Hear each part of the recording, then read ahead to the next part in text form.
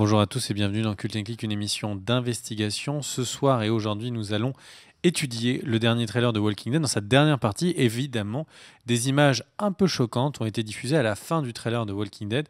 Nous voulons évidemment parler de Rick, qui a bien vieilli, qui a la beubare et ce style qui fait tant parler de la barbe longue et du poil court sur le haut de la tête. C'est vrai. Notre ami Kerr est là pour en parler. C'est le spécialiste de la nuque longue et du poil court.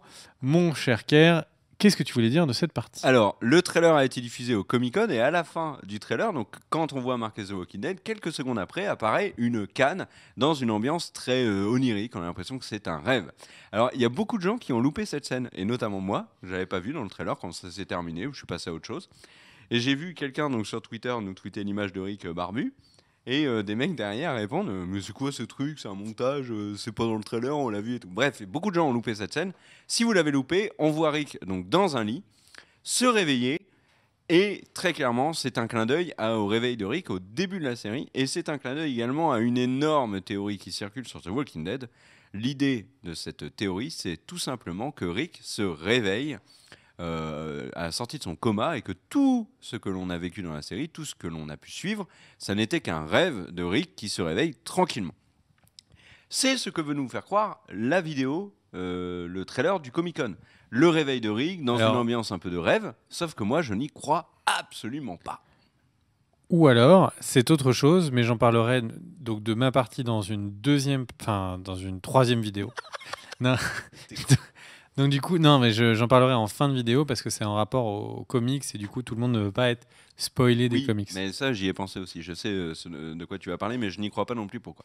Alors, déjà, on va juste rappeler que les images qu'on voit là par rapport aux images précédentes ont ce qu'on appelle un filtre silk, un filtre soie. C'est ces images que vous voyez dans les vieux films où en fait les blancs sont très éclatés et cet effet était utilisé pour deux raisons. La première, c'était soit pour filmer des femmes pour donner un effet encore plus doux en fait au visage, aux peaux, parce que ça notamment ça gomme les rides, ou également pour tout simplement rappeler cette ambiance dufteuse d'un rêve. Donc c'est vraiment quelque chose, cet effet blanc éclaté est un effet assez codifié au cinéma. Alors, il y a plusieurs éléments. Un, on lit le truc textuellement, c'est-à-dire Rick se réveille, il sort du coma et tout ceci était un rêve. Deux, alors moi je n'y crois pas une seule putain de seconde. Moi je pense que cette image-là, c'est juste Rick qui fait c'est un rêve dans la série où Rick se réveille aux côtés de Michonne, ils ont vieilli, etc. C'est un rêve. L'élément qui me fait absolument croire que ça n'est pas Rick qui se réveille du coma, c'est la canne. Pourquoi une personne qui aurait vécu dans le coma pendant des années aurait une canne dans sa piole ? Si il a été dans le coma pendant des années, il ne peut plus se servir de ses membres. Au réveil, l'infirmière, le médecin, ou même la femme, donc Laurie, n'aurait pas mis une canne dans sa piole, ils auraient mis un fauteuil roulant, ou rien du tout, parce que de toute façon, le mec ne peut pas bouger pendant pendant un bon moment. Donc la présence de la canne nous montre bien que c'est Rick qui a vieilli, et Rick qui se sert d'une canne. Donc, il n'a pas été dans le coma, il ne sort pas du coma à ce moment-là précis. C'est donc pour moi la théorie la plus évidente, c'est Rick fait un rêve avec Michonne, etc. Et c'est l'image qu'on a là. Ça pourrait potentiellement être le début de la saison.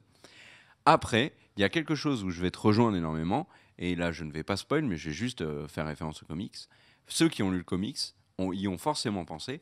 Je pense que là, la prod nous piège sur un élément du comics. Et si c'est le cas, je trouve pas ça très fair-play de leur part. Parce que moi, je suis persuadé que ça n'est ni le coma, ni l'élément du comics. C'est juste Rick qui fait un rêve, et on le voit avec Michonne, avec Carl, etc. Et ensuite, on revient au présent. Tu vois ce que je veux dire ou pas ? Alors moi, j'ai tendance à être d'accord avec toi. Et sur le fait que c'est un rêve, parce que comme je le disais précédemment, l'effet silk utilisé est assez codifié. Maintenant, c'est un plan spécifiquement, très très précisément, un plan des comics à un moment donné des comics. Voilà, donc... on passe dans la partie comics. Donc si on ne spoilait pas, si on arrivait à en parler sans spoiler, j'ai envie de dire qu'on pourrait en dire que c'est un moment qui est plus avancé dans le comics. Et du coup, ça sous-entendrait que cette saison, on va voir beaucoup de choses. C'est-à-dire que cette saison, on va voir non pas ce qui serait un tome ou 2 tomes, mais 3, 4, 5 tomes d'un coup sur une saison.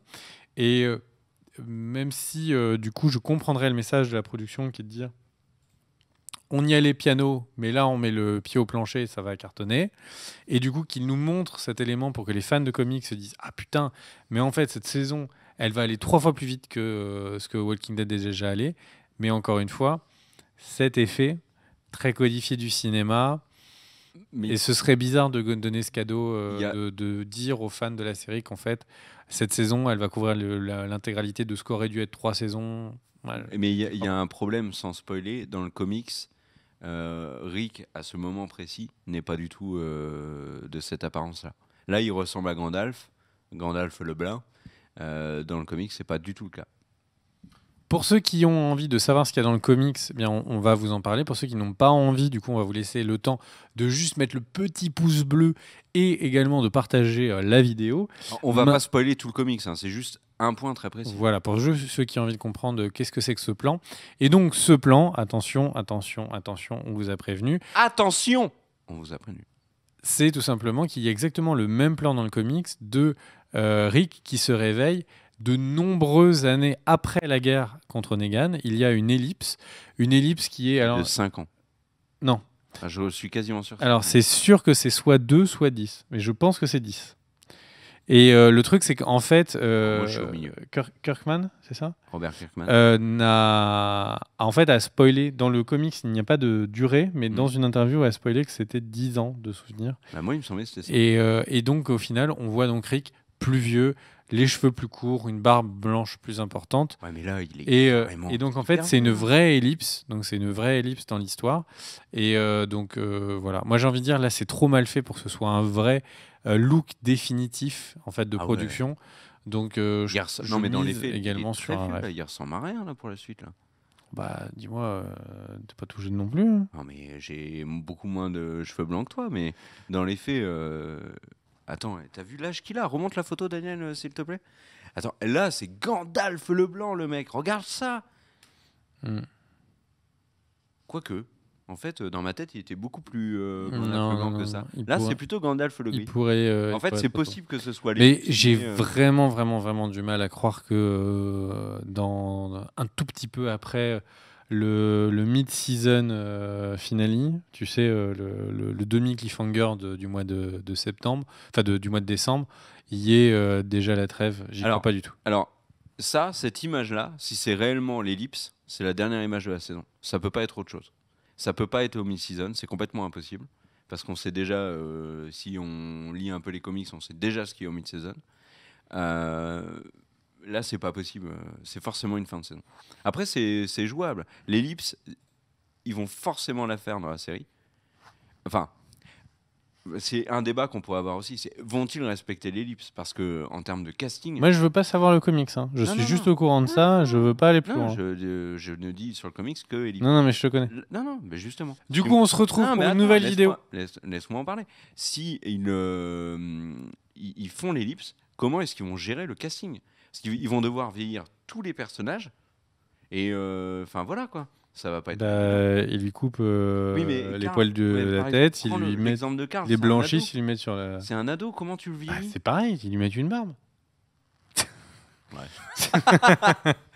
C'est pas quoi. On se retrouve pour une prochaine vidéo demain. Des bisous. Si vous aimez Game of Thrones, on a tout plein de contenu Game of Thrones. Si vous aimez les comics, on a tout plein de contenu comics en ce moment. N'hésitez pas à vous abonner à la chaîne. On fait des lives sauvages, c'est le seul moyen d'avoir la notification, l'unique moyen. Sauf que c'est vrai que parfois on le pub sur nos réseaux sociaux. YGKR sur Instagram, Greg is Big B sur Instagram et Twitter. Et évidemment, et surtout, Cut and Click, Twitter, Instagram, Facebook. C'est tout pareil. Et le site cutandclick.com. Exactement. Des bisous. Ciao. Des bisous. C'était sale ce que tu... C'était fou. Ciao.